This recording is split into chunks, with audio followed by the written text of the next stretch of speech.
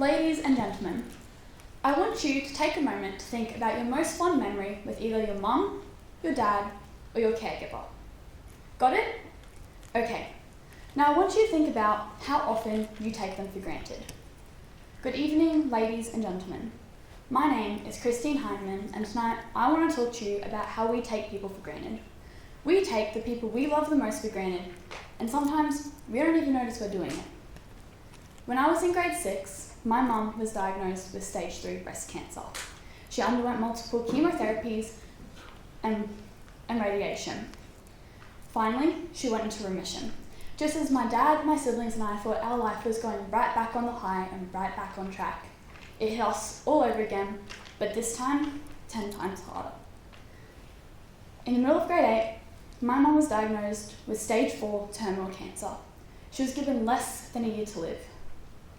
She persisted to fight a long and hard battle. Sadly, on the 15th of September 2019, she passed away. From that day forth, my life changed. My whole perspective on life changed. It was no longer bright colours, it was rather very quite dull and scary. See, no birthday, no Christmas, no New Year's, no Easter will ever be the same. My mum will miss key aspects of my life. She won't get to see me graduate, she won't get to see me walk through university, she won't even be at my own wedding. My mum won't even get to meet my own children. It's been hard. See, I hang out and I'm happy, but there's always this lingering feeling of emptiness. And I'm like, oh, that's what that is. No matter how hard I try, that feeling, it's never going to go away. Sometimes I go to my friends' houses, I sit back, I'm silent, I observe. I see the way they treat their parents, especially their mums. Sometimes they make their mum do everything for them. See, my mum and dad met and married in the Netherlands. They were married for 20 years. They sacrificed everything they had in the Netherlands to move here to get the best future for my siblings and I. So when I go to my friends' houses and I'm silent and I sit back and I watch, I often wonder to myself, why are you treating them like that? It's been a long time since last September.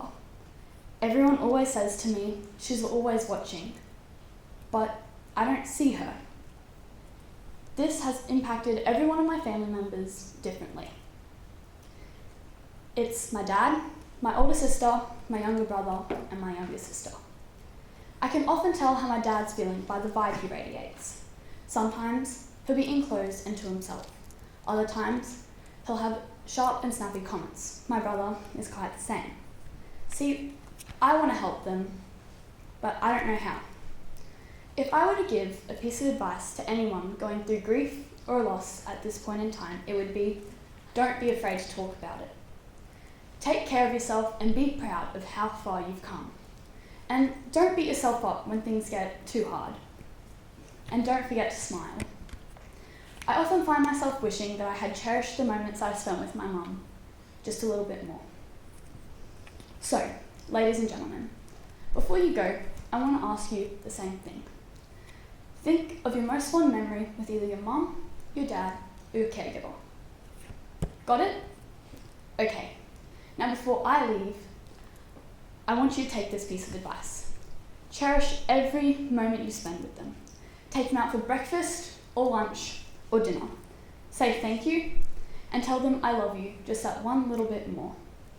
And don't take anything you have for granted, because everyone in this room has taken at least one person they love in their life for granted.